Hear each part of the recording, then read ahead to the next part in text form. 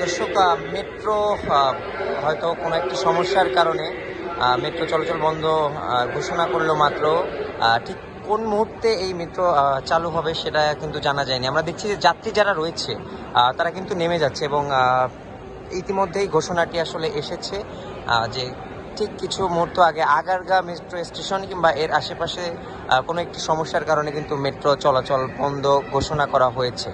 আমরা ঠিক আপনাদের সেটি দেখানোর চেষ্টা করছি।